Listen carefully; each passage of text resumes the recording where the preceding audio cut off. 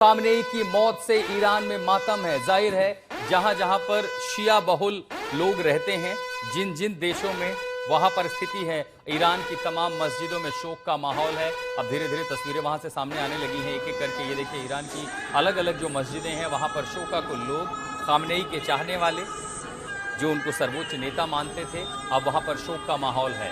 हालात कैसे आपने उन तस्वीरों में भी देखा है जब ईरान की स्टेट टेलीविजन पर एक एंकर वो खबर दे रहे थे, जानकारी दे रहे थे, ये बताते हुए कि कैसे उन्हें शहादत मिली है। ये देखिए ये ईरान से तस्वीरें आ रही है। खामनेई की मौत के बाद ईरान में मातम का माहौल है और ईरान में अलग अलग मस्जिदों की तस्वीरें आ रही हैं। जैसे ही स्टेट टेलीविजन पर यह संदेश प्रसारित किया गया कि खामनेई मारे गए हैं, उसके तुरंत बाद पूरे ईरान में अलग अलग मस्जिदों में लोग सामने दिखाई पड़े हैं। वहां पर मातम का माहौल है। देखिए अगर मैं गलत नहीं हूं तो ये कुंभ है और ये मस्जिद नहीं मज़ार है, खासतौर पर क्योंकि कहा जाता है कि जो इमाम थे उनकी बहन का ये एक तरीके से उनका मज़ार बनाई गई थी। और आपको याद होगा कि जब भी सुप्रीम लीडर को कोई बड़ा डिसीजन लेना होता था वो कुंभ जरूर जाते थे। इससे पहले भी जनवरी के अंदर 9 जनवरी के आसपास जब रॉयट्स हुए थे खासतौर पर तेहरान के अलग अलग इलाकों में, तब भी सुप्रीम लीडर इसी कुंभ में पहुंचे थे और वहां से उन्होंने कहा था कि हम बड़ा जवाब देंगे। लेकिन तो उनका जो मैसेज आता था सुमित, क्या ये वही जगह है जहां से बार बार उनके वीडियो सामने आते थे? देखिए बिल्कुल, कुंभ एक ऐसी मसद और कुंभ ये दो बहुत महत्वपूर्ण लोकेशन है, बहुत इंपॉर्टेंट है इनका।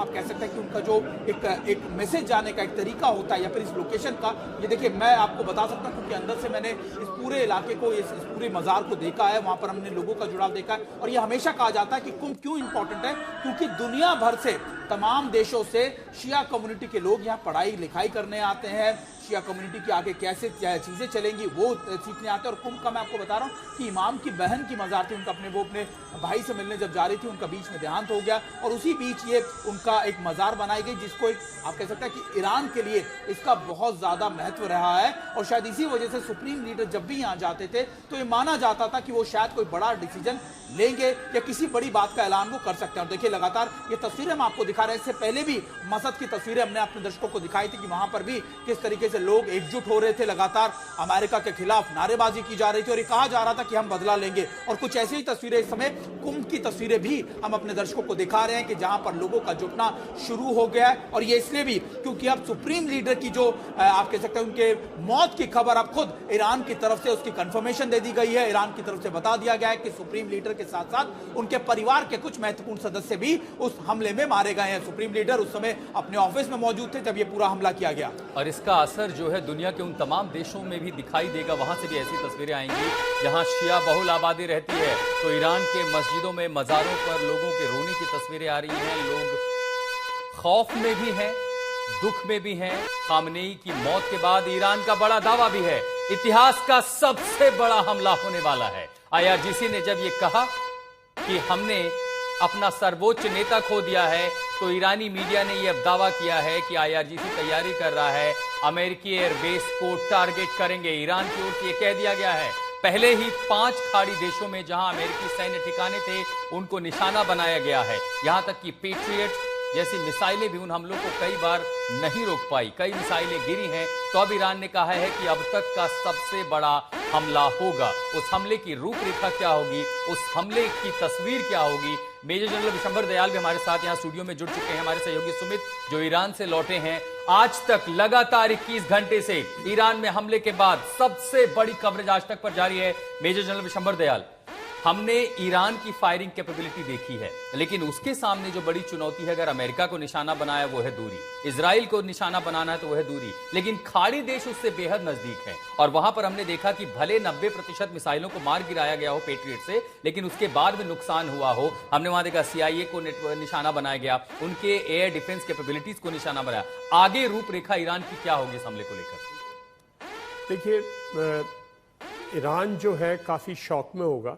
और जब अमेरिका ने और इजराइल ने इतनी बड़ी अगर एक मुहिम स्टार्ट की थी, दे इनिशिएटेड ऑपरेशन, तो उन्होंने शुरू किया, तो कहीं ना कहीं ईरान के किसी टॉप लेवल से जो है ट्रेचरी या जिसको आप कहते हैं, जिसको कि भाई विश्वासघात जो है वो जरूर किया हुआ है। तो उनके पास कंप्लीट इनपुट्स है। तो अब ईरान एक बार आज 1-2 दिन के लिए बहुत ही ज्यादा मतलब खूंखार सा रूप देखने को मिलेगा। लेकिन जो लोग अंदर से कंप्रोमाइज हो चुके हैं already with American, with Israelis, I think 2-3 दिन में वो फिर इसको फिर पीस रेजोल्यूशन की तरफ बिल्कुल। जाएगा। विशंबर दयाल, एक बात बताइए, क्योंकि एक बात हमेशा कही जाती है कि किसी भी युद्ध का निष्कर्ष या फिर किसी भी बड़े से बड़े युद्ध का निष्कर्ष हमेशा बातचीत की टेबल पे निकलता है। अभी हमने देखा कि अमेरिका और इजराइल की तरफ से ये बड़े ऑपरेशंस किए गए, रिजिम चेंज की बात कर रहे थे, लेकिन रिजिम चेंज के साथ साथ उन्होंने सुप्रीम लीडर के साथ साथ उनके बड़े कमांडर्स को भी मार गिराया। क्या अभी आपको लगता है कि कोई बातचीत का दौर या बातचीत का ऐसी पॉइंट है जिसके ऊपर दोनों देश या तो ये तमाम पार्टीज आकर बैठ के बातचीत कर सकते हैं? क्योंकि हर बदलते वक्त के साथ तो ऐसा लग रहा है कि शायद ये युद्ध महायुद्ध में तब्दील ना हो जाए। और ये भी कि बातचीत करेंगे किससे, ये भी एक अपने आप में बड़ा देखिए, वो मैं कह रहा हूं कि बातचीत के लिए ये पूरा का पूरा रोड मैप जो है, जब ये नेगोशिएशन चल रही थी तो कहीं ना कहीं ईरानियन साइड से कुछ लोग कंप्रोमाइज्ड हैं, जिन्होंने जो उनकी आउटलाइन प्लान है अमेरिका की उसके वो मोहरा है। या वेनेजुएला की याद दिला रहे हैं? नहीं, वेनेजुएला में तो फिर भी एक बिल्कुल स्टार्ट में एक डिफरेंट था, वो तो ओपन था। इधर कॉन्फिडेंशियल है बिकॉज ईरान में भी एलिमिनेशन बहुत जल्दी हो जाती है और ईरान में विद्रोह भी हो जाता है। और अभी विशंबर दयाल सर, कल सुबह ही ऑपरेशन हुए, रात को मैं आपको बताऊं इंटरनली इजराइल ईरान की तरफ से बड़े ऑपरेशन चलाया गया, जिसमें उन्होंने कहा कि हमने मोसाद के कई स्पाइस को पकड़ा है। और तो ईरान के लिए दिक्कत यह है कि बाहर से ज्यादा इंटरनली उनको चीजें मैनेज कर रही है, क्योंकि लगातार ये भी बातें सामने आई कि रिजिम चेंज को लेकर ऐसा ना हो कि अमेरिका और ईरान इजराइल जो है जो लगातार लोगों से आग्रह कर रहे हैं, ऐसा नहीं, हजारों की संख्या में दोबारा से लोग उतर आए और शायद फिर IRGC और दूसरे कमांडर्स के लिए भी बड़ी दिक्कत हो जाए। देखिए, इस टाइम पे लोग सड़कों पे नहीं उतरेंगे, जो होगा वो यही, जैसे कि पिन पॉइंट टारगेट्स जगह जगह पे अमेरिकन और इजरायली जो एलिमिनेट करते जाएंगे, नेक्स्ट रंग ऑफ लीडरशिप जो है उसको एलिमिनेट करेंगे, बिकॉज ये भी तो रिजीम चेंज है ना। अगर आपके पास 3-4 दिन के बाद सेकंड रंग लीडरशिप जो नॉमिनेटेड लीडरशिप है, अगर वो भी डिस्ट्रॉय कर दी तो फिर ईरान के पास कोई चारा नहीं बचेगा। ईरान आज इसको, ईरान के जो हार्डलाइनर्स हैं आज थोड़ा सा इस युद्ध को बढ़ाने की कोशिश और करेंगे, और मिसाइल फायरिंग देखने को मिलेगी आपको, और कुछ UAVs फायर किए जाएंगे, और जो जैसे रात को उन्होंने जैसे दुबई में इस इलाके में जो फायर किया है, पूरे के पूरे UAE कंट्रीज पे आज फिर से फायरिंग होगी। लेकिन भी दिखा रहे हैं 2-3 दिन के अंदर इसकी ये अनफोल्ड हो जाएगी। कब तक? क्योंकि सर देखिए, बात तो यह है कि हर आप कह सकते हैं कि जखीरे का या फिर हथियारों का एक लिमिट होता है। ईरान भी नहीं चाहेगा कि इन्हीं हमलों के अंदर अपनी सारी पावर को एग्जॉस्ट कर दे। तो कब तक माना जाए? क्योंकि ईरान की बैलिस्टिक मिसाइलों का जखीरा निश्चित तौर पर बहुत बड़ा है, लेकिन हर किसी की रसद जो होती है वो एक लिमिटेड पीरियड के लिए होती है। क्या ईरान इसको ज्यादा लंबे समय तक खींच सकता है? जब कंपैरिजन आ जाए अमेरिका और इजराइल का मिलकर, और अब तो यूके जैसी कंट्री भी लगातार कह रही है कि हम भी सपोर्ट करेंगे अमेरिका और इजराइल को इन ऑपरेशन में। देखिए, military power point of view से इजराइल जो है और अमेरिका के सामने ईरान की मिलिट्री पावर कोई कुछ भी नहीं है। नेवल पावर, एयर पावर, बहुत स्ट्रांग पावर है ना। इजराइल का एयर पावर डोमिनेशन ज्यादा है। इजराइल नहीं, अमेरिका, मल्टी डोमेन ऑपरेशंस में उनके सामने कहीं पे भी नहीं खड़ा होता ईरान। ईरान की जो शक्ति थी वो कॉमनी थी, उसके अराउंड जो सेटअप था वो था, और जो हार्डलाइनर्स थे। अब 2-3 दिन ये हार्डलाइनर्स और इंटरनल जो स्ट्राइफ है ये चलेगी।